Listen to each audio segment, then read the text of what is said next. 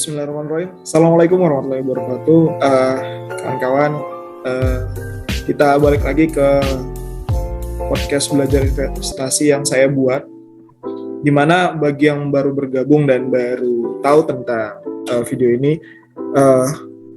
podcast ini adalah jurnal pribadi yang saya buat yang berisi tentang bagaimana pengalaman pribadi saya dalam belajar investasi terkhusus pada instrumen reksadana di aplikasi Bibit. Jadi setiap 2 minggu sekali ya, biasanya saya mengupdate-nya 2 minggu sekali, saya akan update bagaimana kondisi investasi saya, kondisi reksadana saya yang ada di aplikasi Bibit. Dan di episode kali ini, waktu investasi itu kurang lebih sudah berjalan 6 bulan, ya kalau dihitung dari bulan Januari kemarin ya. Dan nanti saya akan sharing bagaimana kondisi portofolio saya, apa hal-hal yang saya pelajari selama 6 bulan berinvestasi di reksadana, dan harapannya banyak sudut pandang, banyak pengetahuan tambahan yang bisa kawan-kawan lihat dan mungkin kawan-kawan praktekkan sendiri dari aplikasi Bibit nantinya. Baik, kita akan lihat bagaimana kondisi portofolio saya. Ya, di sini di hari ini ya, pagi hari ini kondisi portofolio saya sedang mengalami minus sebesar Rp31.435 atau setara dengan 0,30% dari total portofolio saya. Ya, mungkin kenapa bisa minus ya? Mungkin kalau di episode sebelumnya saya sudah sering juga sampaikan gitu kan, karena reksadana yang saya ambil, yang saya pilih itu cukup banyak diisi oleh reksadana saham. Nah, kalau kita lihat dari portofolio saya sendiri, saya ada dana tabungan dan juga dana darurat. Dana darurat ini adalah dana yang saya siapkan jika saya memiliki beberapa hal-hal mendesak, kebutuhan mendesak yang memang harus diselesaikan dengan waktu yang cepat. Jadi saya butuh reksadana dengan likuiditas yang tinggi, sehingga saya memutuskan untuk berinvestasi di pasar uang dengan nama reksadana Manulife Dana Kas Syariah. Nah, kalau kawan-kawan ingat di episode yang lalu juga sudah pernah saya sharing ya, kelebihan dari reksadana ini adalah dia punya fitur instant redeem atau penarikan instan, sehingga kita tuh bisa tarik dana itu dengan lebih cepat gitu kan, dalam hitungan menit gitu kan. Jadi dengan return yang juga tidak terlalu besar sebenarnya. Jadi ini hanya sebagai dana darurat saja. Lalu untuk di dana tabungan saya sendiri, nah kalau kita lihat dari komposisinya, 11% ada di reksadana pasar uang, 68% ada di obligasi ataupun sukuk, dan 21% ada di saham. Kalau dari obligasi sendiri cenderung stabil. Nah, ini kemarin juga saya rekomendasikan buat kawan-kawan yang ingin reksadana dengan tingkat resiko yang nggak terlalu besar, cenderung jarang sekali untuk turun, tapi juga imbal hasil yang cukup lebih tinggi lah dibanding pasar uang, maka reksadana ini sangat cocok ya, reksadana obligasi ataupun sukuk. Lalu ada juga di pasar uang, Skor Invest Syariah Money Market Fund juga tidak pernah turun. Nah, ini juga cocok buat kawan-kawan yang memang masih baru belajar dan nggak siap tentunya untuk melihat perubahan pasar yang sangat volatile atau naik turun dengan tingkat waktu yang cukup cepat gitu ya. Lalu juga ada di saham. Nah, ini yang ingin saya banyak bahas hari ini gitu ya. Nah, kalau kawan-kawan lihat sebenarnya komposisi saya di saham ini cukup besar ya. Ada 2 juta lebih dan sedang mengalami minus sampai dengan 6%. Kalau kita lihat reksadana saya ambil reksadana indeks yang memang mengikuti pergerakan IHSG gitu.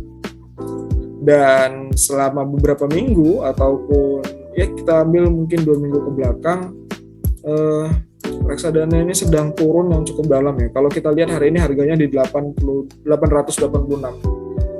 rupiah per unitnya, dimana dalam setahun terakhir ini juga cukup dalam penurunannya gitu.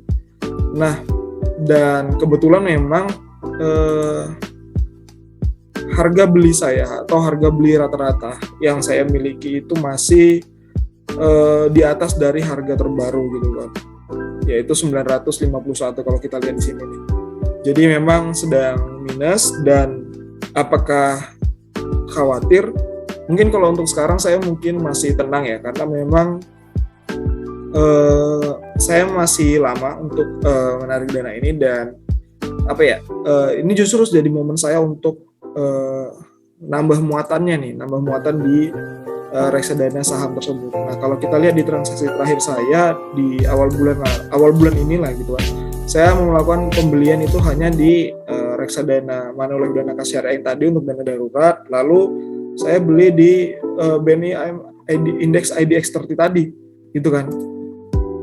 Nah, tujuannya adalah untuk menurunkan harga beli rata-rata saya. Jadi saat kita beli di harga yang murah, nanti dia akan berpengaruh ke harga beli rata-rata. Nanti mungkin di video-video yang lain akan saya jelaskan lebih detail gitu kan, gimana sih caranya kita biar bisa dapetin harga rata-rata yang rendah gitu kan. Nah, ini saya beli di harga 903 per unitnya, lalu saya beli lagi kemarin di harga 880 gitu kan. Jadi selama beberapa hari dia makin turun lagi gitu kan, tapi justru itu yang memang saya tunggu gitu kan. Jadi saya tambah lagi muatan di sana gitu. Dan juga ini saya sedang order juga di BNI dan dapat harga 886 ya, naik sedikit kemarin. Nah, harapannya itu juga bisa menambah dan juga bisa menurunkan harga rata-rata kita, sehingga harga rata-rata kita itu nggak terlalu tinggi dan bisa dapat return lah gitu dari sana. Itu mungkin ya. Dan kalau kita lihat dari performa portofolio saya dalam satu hari terakhir, ya kemarin naik 11.000 dan dalam satu minggu itu turun hampir 100.000 rupiah. Dalam 3 minggu juga turun, tapi secara kuantitas ya dia mengalami kenaikan dari segi jumlah, karena kemarin saya sudah kembali nabung rutin lagi, sehingga jumlahnya juga naik gitu ya. Dan sebenarnya mungkin ini kembali saya sampaikan kawan-kawan gitu ya, dalam skema investasi, mau itu investasi reksadana, saham ataupun yang lain yang punya profil resiko gitu kan.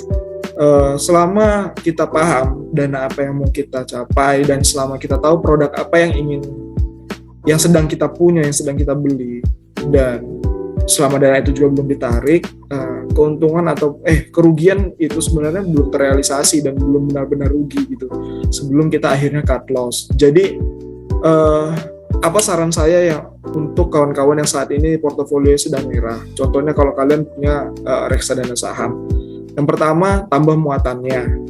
Tambah muatannya itu kalau memang kalian masih jangka panjang, waktunya masih banyak, dan uangnya ada.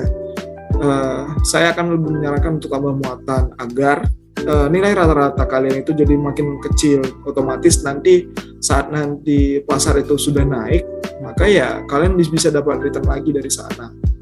Baru yang kedua adalah pindahkan alokasinya kalau memang itu sudah akan kalian ambil dananya gitu. Jangan terlalu ambil resiko gitu. Dan karena saya masih jauh, mungkin di tahun depan baru akan saya ambil, jadi ya saya kira masih cukup lah. Oke. Dan saya menerapkan prinsip nabung rutin ya setiap bulannya, dan ini mungkin yang kawan-kawan bisa pelajari juga ya. Nah, skema nabung rutin itu adalah skema yang kita gunakan gitu kan, yang kita gunakan untuk bisa mendapatkan harga rata-rata dari instrumen yang kita beli gitu kan. Nah, di Bibit ini ada grafik ya yang menjelaskan skema nabung rutin itu. Kalau kita lihat ya, yang grafik warna hijau ini adalah mungkin harga pergerakan reksadananya gitu kan, dan dengan nabung rutin kita bisa dapetin harga rata-ratanya nanti. Nah, misalkan ini kan di tabel ini diperlihatkan gitu kan. Kita nabung rutin ini dari Januari sampai dengan Juni dengan total investasi yang sama setiap bulannya 1 juta rupiah, dan harga per unitnya itu kan naik dan turun ya, volatile gitu kan. Dan dengan skema nabung rutin ini akhirnya kita nanti dapatkan harga rata-ratanya itu di 952 ini gitu kan. Jadi dari total kita nabung setiap bulan nanti akan dibagi juga dengan nilai investasi dan jumlah unit yang kita beli gitu kan, dapatlah dia nilai rata-ratanya gitu kan. Jadi buat orang-orang yang milih untuk nabung rutin setiap bulannya, kenaikan atau penurunan reksadana itu sebenarnya nggak akan jadi masalah gitu kan, karena toh kita juga mengincarnya bukan beli di titik yang paling rendah dan jual yang paling tinggi, bukan. Skema dari reksadana ini adalah untuk mencapai tujuan finansial kita dan mendapatkan harga rata-rata yang paling rendah lah gitu kan. Dan tentunya juga melatih mindset kita dalam menabung gitu. Jadi kawan-kawan nggak usah sanksi gitu kan, apalagi yang masih baru-baru belajar untuk menyiapin tabungan dan kayaknya seru nih pengen nabung di reksadana. Dan saran saya juga itu tadi ya, kalau ingin menabung di reksadana, orientasi pertama itu jangan langsung ke profit, tapi coba orientasi pertama itu adalah untuk membangun habit, membangun kebiasaan dan juga mindset gitu kan. Gimana cara kita bisa berperilaku, bagaimana cara kita bisa mengolah uang kita gitu kan. Sebenarnya ke sana sih. Oke, mungkin itu dulu ya untuk kesempatan kali ini. Terima kasih kesempatannya. Kita lanjut lagi nanti.